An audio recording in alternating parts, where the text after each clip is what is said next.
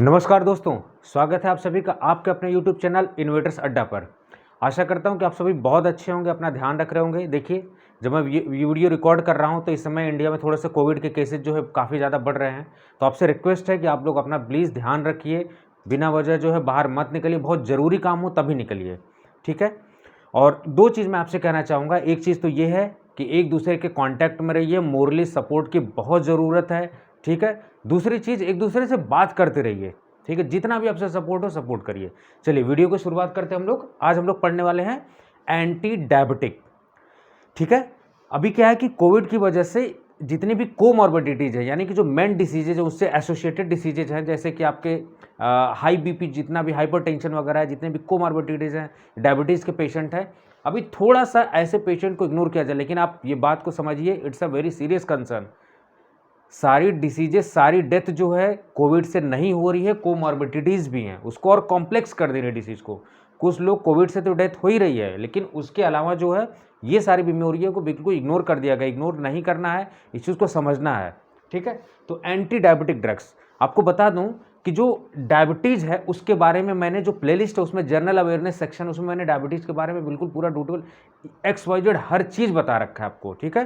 तो आज हम लोग जो मेन फोकस करेंगे एंटी डायबिटिक ड्रग्स, यानी कि डायबिटीज़ के अगेंस्ट में, डायबिटीज़ में कौन कौन सी दवाई यूज होती हैं अगर किसी को डायबिटीज़ होता है। So let's start the session. Anti means against diabetes, means ऐसी दवाएं जो डायबिटीज़ के अगेंस्ट यूज होती हैं। अगर किसी बंदे को डायबिटीज़ है तब उस केस में यूज होती है, उसको बोलते हैं एंटी डायबिटिक ड्रग्स। लेकिन समझ लीजिए कि जिन लोगों ने नहीं देखा वीडियो उसको प्लेलिस्ट में देखिए, लेकिन थोड़ा सा आपको आइडिया के तौर पे यहाँ बता देता हूँ। किसी भी बीमारी का तब तक आप इलाज नहीं कर सकते जब उस बीमारी के बारे में आप नहीं जान पाओगे, ठीक है। I want to say that कि आप किसी चीज़ का, किसी भी प्रॉब्लम का सोल्यूशन तब तक नहीं ढूंढ सकते, तब तक बेस्ट सोल्यूशन आप नहीं ढूंढ सकते जब तक उस प्रॉब्लम को आइडेंटिफाई नहीं कर लो। तो प्रॉब्लम यहाँ क्या है? डायबिटीज़। तो डायबिटीज़ को समझना पड़ेगा कि what exactly diabetes is.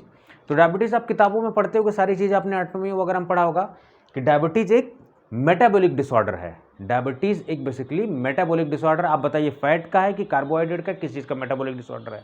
Comment box में कमेंट करके आप बताओ, ठीक है। इसके क्या क्या लक्षण आपको दिखते हैं?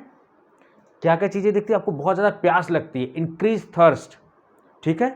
उसके बाद पॉलीयूरिया, बार बार पेशाब लगना, आपको बार बार पेशाब लगता है, बार बार पेशाब करने जाते हो, ठीक है। पॉलीयूरिया उसको बोलते हैं। क्या बोलते हैं?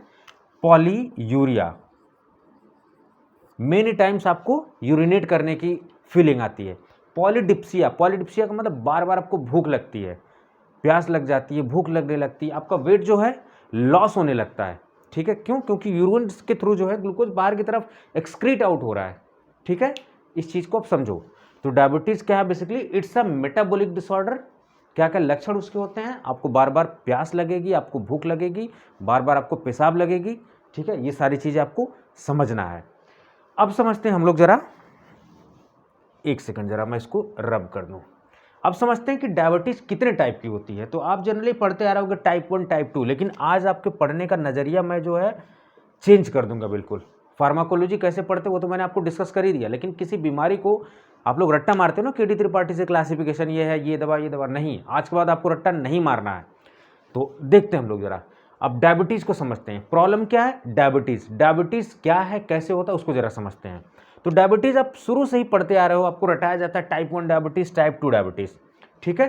तो टाइप 1 को आप क्या बोलते हो? टाइप 1 को बोलते हो आप इंसुलिन डिपेंडेंट। इंसुलिन, अभी इन सब पे मत जाओ आप। अगर आप स्क्रीनशॉट लेके सोच रहे हो होशियार बन जाओगे कि सारी चीज़ आ जाएगी, नहीं आएगी आपको।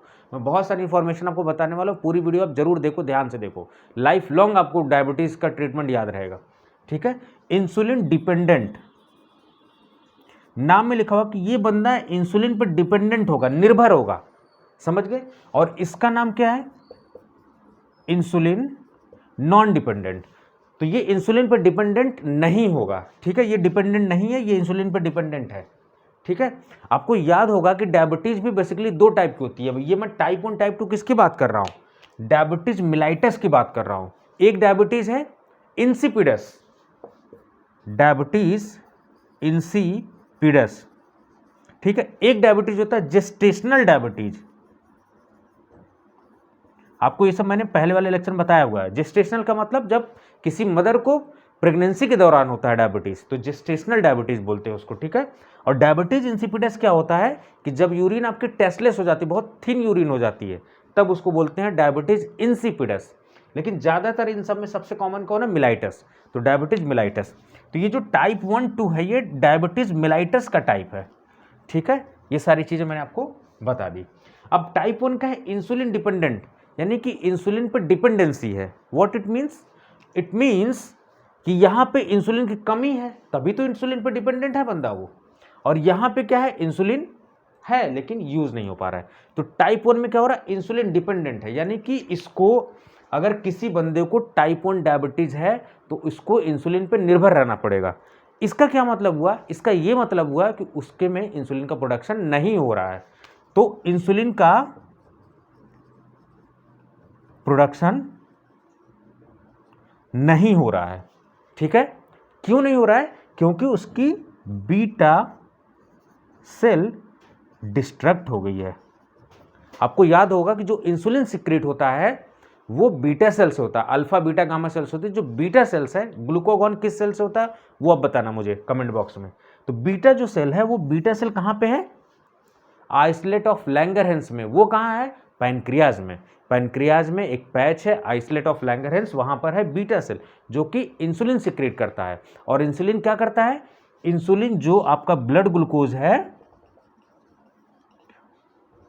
उसको कंट्रोल करने का काम करता है, ठीक है। समझ गए आप? तो डायबिटीज में क्या होता है? ब्लड का ग्लूकोज लेवल बढ़ जाता है। अब कितना होना चाहिए, कौन कौन से टेस्ट कराने चाहिए, फास्टिंग ग्लूकोज लेवल क्या होना चाहिए, अमेरिकन डायबिटीज एसोसिएशन, वो सब चीजें मैंने अब डिस्कस कर रखी है जनरल अवेयरनेस वाली वीडियो में, सब चीजें, ठीक है। तो यानी कि ये जो बंदा है ये इंसुलिन पर डिपेंडेंट है। प्रॉब्लम क्या है कि यहाँ पे इंसुलिन नहीं है। क्यों नहीं है इंसुलिन? क्योंकि बीटा सेल उसकी डिस्ट्रक्ट हो गई है। किस वजह से? हो सकता है ऑटो इम्यून डिसऑर्डर की वजह से। अब ये ऑटो इम्यून डिसऑर्डर क्या होते हैं? ऑटो इम्यून डिसऑर्डर मींस कि आपके बॉडी के सेल ही इटसेल्फ अपने सेल को मारने लगती है, ठीक है। ऑटो इम्यून डिसऑर्डर, समझ गए? तो टाइप 1 में क्या है? इंसुलिन डिपेंडेंट है। क्यों डिपेंडेंट है? क्योंकि इंसुलिन नहीं बन रही है। क्यों नहीं बन रही? क्योंकि बीटा सेल डिस्ट्रक्ट हो चुका है। बीटा सेल क्यों डिस्ट्रक्ट हो चुका है? Because of auto immune disorder. समझ गए? तो अब आप ये बताओ कि यहां पे बीटा सेल का डिस्ट्रक्शन हो गया। अब टाइप 2 पे जरा हम लोग देखते हैं। थोड़ा सा मिटा दूं वरना आप जो है बहुत कंफ्यूज हो जाओगे। अभी इधर मत देखो, आप इस चीज पे देखो। टाइप 2 क्या है? इंसुलिन नॉन डिपेंडेंट, ठीक है। थोड़ी आप समझ लेना, मैं बोल रहा हूं मेरी वॉइस को। इंसुलिन नॉन डिपेंडेंट, इंसुलिन पे डिपेंडेंट नहीं। क्यों? क्योंकि इंसुलिन यहां है लेकिन यूज उसका नहीं हो पा रहा है। बॉडी में इंसुलिन तो है, सिक्रेट हो गई है, but utilization is not there. तो उस टर्म को क्या बोलते हैं? Insulin resistance. समझ गए आप? इंसुलिन है but your body is incapable of using this insulin, that is called as insulin resistance. समझ गए आप? अब एक बात बताओ, जब आपको पता लग गया कि टाइप 1 टाइप 2 है और पहले वाले में क्या प्रॉब्लम है कि इंसुलिन बन ही नहीं रही है, तो अगर मैं कहूं ऐसा पेशेंट अगर आएगा तो उसको कैसे ट्रीट करोगे जब इंसुलिन नहीं बन रही है? तो सबसे बेस्ट ट्रीटमेंट क्या होगा? सबसे बेस्ट ट्रीटमेंट होगा कि जो उसकी बीटा सेल है उसको एक्टिवेट कर दो आप। तो बीटा सेल का एक्टिवेशन कर दोगे, सबसे बढ़िया ट्रीटमेंट है। देखो, बीटा सेल को एक्टिवेट कर दो, बॉडी का ही सिस्टम है बीटा सेल। तो बीटा सेल जब थोड़ा सा एक्टिवेट हो जाएगा तो वो क्या होगा? इंसुलिन को सिक्रेट करना। लेकिन बीटा सेल तभी एक्टिवेट होगा ना जब बीटा सेल होगा। अगर बीटा सेल सारी लॉस्ट हो चुकी तब what you are going to do? तब नहीं आप कर पाओगे। तो बीटा सेल को थोड़ा सा पुश करना है, एक्टिवेट करना, ताकि वो इंसुलिन को सिक्रेट करे। पहले तो ये करना है। अगर नहीं हुआ तब क्या करना है? बाहर से इंसुलिन देना। उसको बोलते हैं एक्सोजीनस इंसुलिन। क्यों? क्योंकि इस पेशेंट में इंसुलिन नहीं बन रही है और इंसुलिन जरूरी है आपके ब्लड लेवल को, ब्लड शुगर लेवल को मेंटेन करने के लिए। तो जब इंसुलिन नहीं बन रही तो उसका शुगर लेवल बढ़ जाएगा ब्लड ग्लूकोज में, ठीक है। तो अब जब नहीं बन रही तो पहले हम लोग देखेंगे बीटा सेल में प्रॉब्लम कहाँ थी? बीटा सेल में।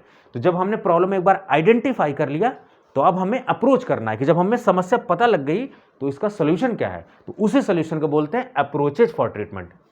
समझ गए? रट्टा नहीं मारना है। डायबिटीज, एंटी डायबिटीज पढ़ने के लिए सबसे पहले डायबिटीज जाना होगा। डायबिटीज में टाइप 1 टाइप 2 होते हैं। टाइप 1 क्या होता है और प्रॉब्लम क्या है, रीजन क्या है, ये चीज समझना पड़ेगा। अगर एक बार आप कारण समझ गए ना, तो जो लोग खाली फार्माकोलॉजी में ये रट्टा मारते रहते हैं ना, एंटी डायबिटिक लिख के सब रट्टा मार ले, इस तरीके से कुछ नहीं होने वाला है। आज जिस तरीके से आपको बता रहा हूं कि आप 100% जिंदगी भर याद रखने वाले हो, ठीक है। तो अब ऐसे पेशेंट को क्या किया कि एक तो एक्टिवेट कर दो, लेकिन एक्टिवेट तभी होगा जब उसके अंदर बीटा सेल बचा होगा। तो बीटा सेल की टेस्टिंग होती है कि बीटा सेल कितनी बची हुई है, 20%, 30%, 40%। अगर बीटा सेल खत्म हो गए तब उसको इंसुलिन, बाहर से इंसुलिन देना पड़ेगा। आप देखते हो कि यहाँ पे सबक्यूटेनियसली इंसुलिन यहाँ पे लगता है। और आपको इंसुलिन के बारे में मैं बता दूं आपको कि इंसुलिन एक इंजेक्टेबल्स होता है, सबक्यूटेनियसली लगता है, ठीक है। 51 अमीनो एसिड उसमें होते हैं। और सबसे पहला ये रिकॉम्बिनेंट डीएनए टेक्नोलॉजी, आप बायोटेक में पढ़ते होगे रिकॉम्बिनेंट डीएनए टेक्नोलॉजी, यानी कि एक ऐसी टेक्नोलॉजी जो एक कॉपी को मल्टीपल कॉपीज बना देती है। आप ही सोचो कितने लोग डायबिटीज के हैं पूरी दुनिया में, क्या कहाँ से इंसुलिन आएगा, ठीक है। ऑक्स के इंटेस्टाइन से आप निकालोगे, नहीं, वहां से नहीं हो सकता।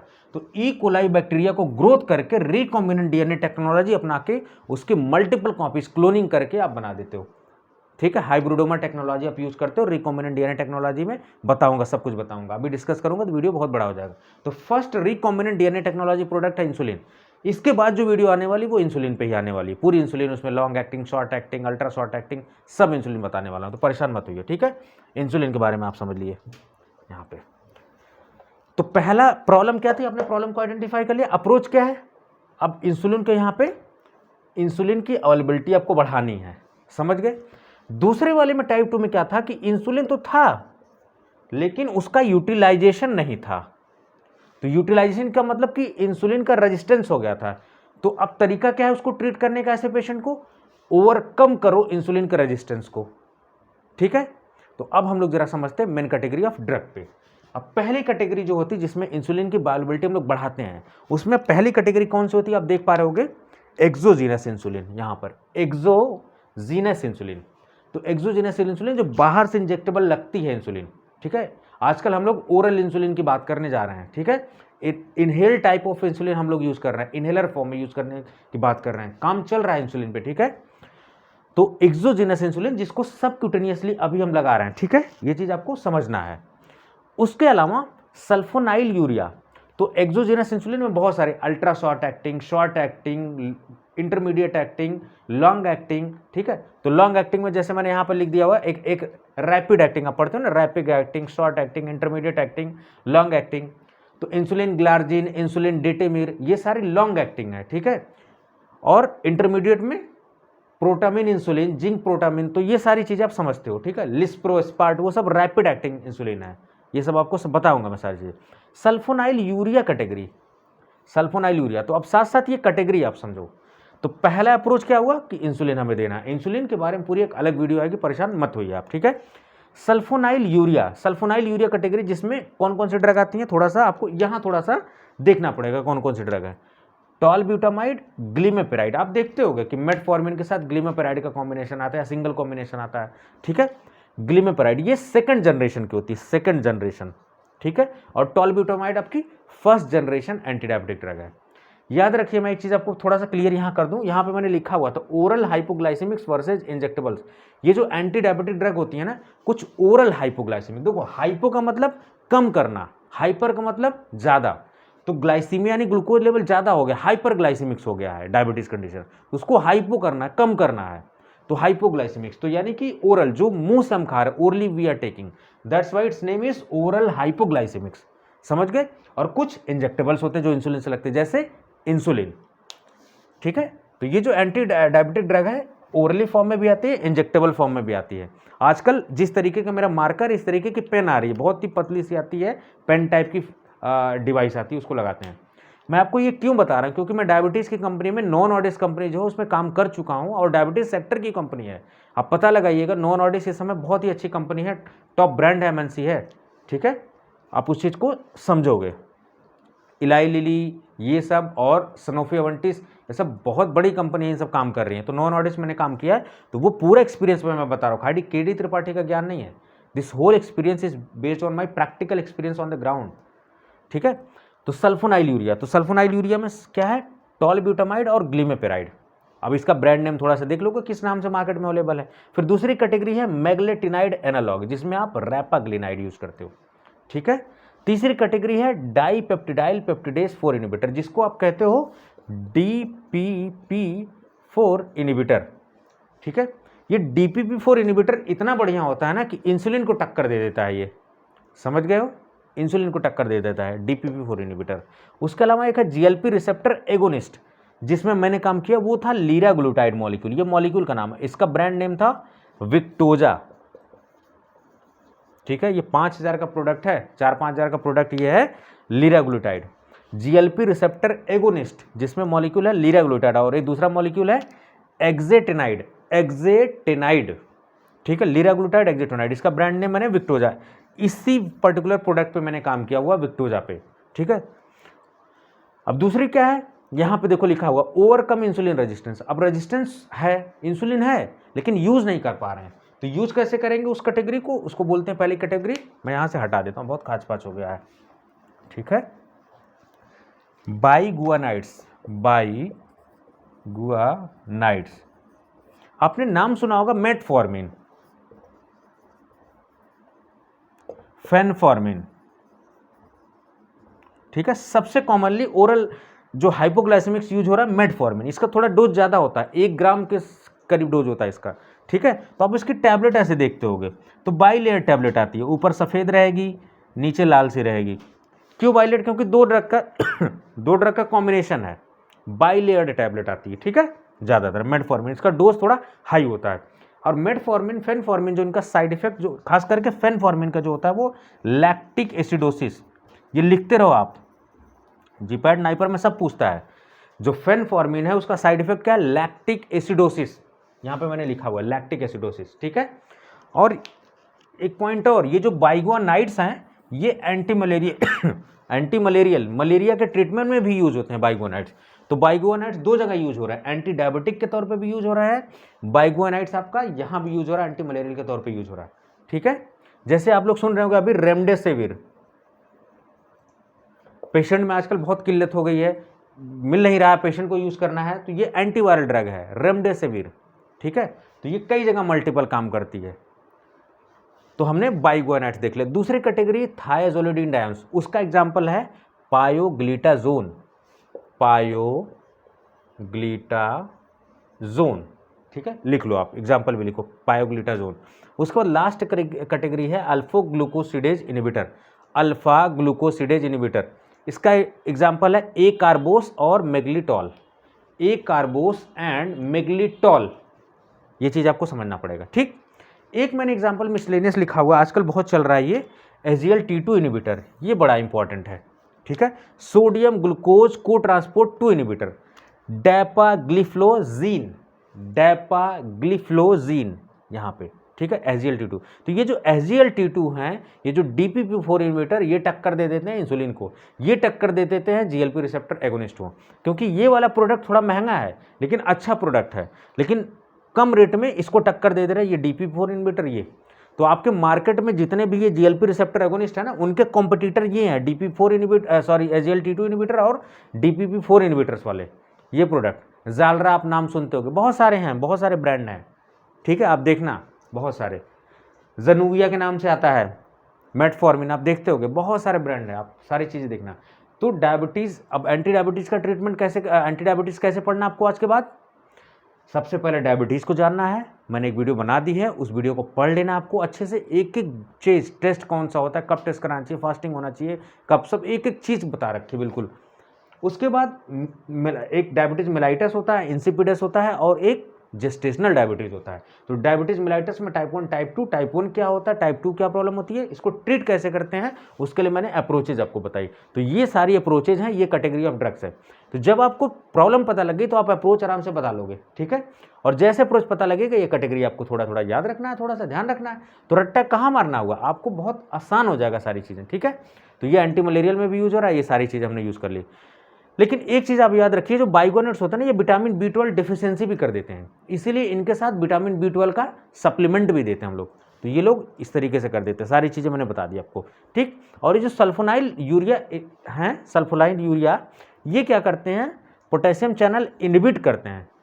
तो अगर मैकेनिज्म ऑफ एक्शन पूछा जाए तो पोटेशियम चैनल इनहिबिटर होते हैं। ठीक है, कौन, सल्फोनाइल यूरिया। तो आशा करता हूँ कि आपको आज पढ़ने का थोड़ा सा मज़ा आया होगा, डायबिटीज़ को कैसे पढ़ते हैं, रट्टा नहीं मारना है। एक बार आप समझ जाओगे, चीज़ों को समझ जाओगे, ठीक है। तो अपना ध्यान रखिए बिल्कुल, और हंसते रहिए, मुस्कुराते रहिए, सारी चीज़ें ध्यान से। इसको ज़्यादा से ज़्यादा शेयर करना है, ठीक है। और कमेंट में कुछ भी प्रॉब्लम कमेंट बॉक्स में आप पूछो इस चीज़ को। वीडियोज़ आपकी रेगुलर आती रहेंगी। अपना ध्यान रखिए, मस्त रहिए, नमस्कार।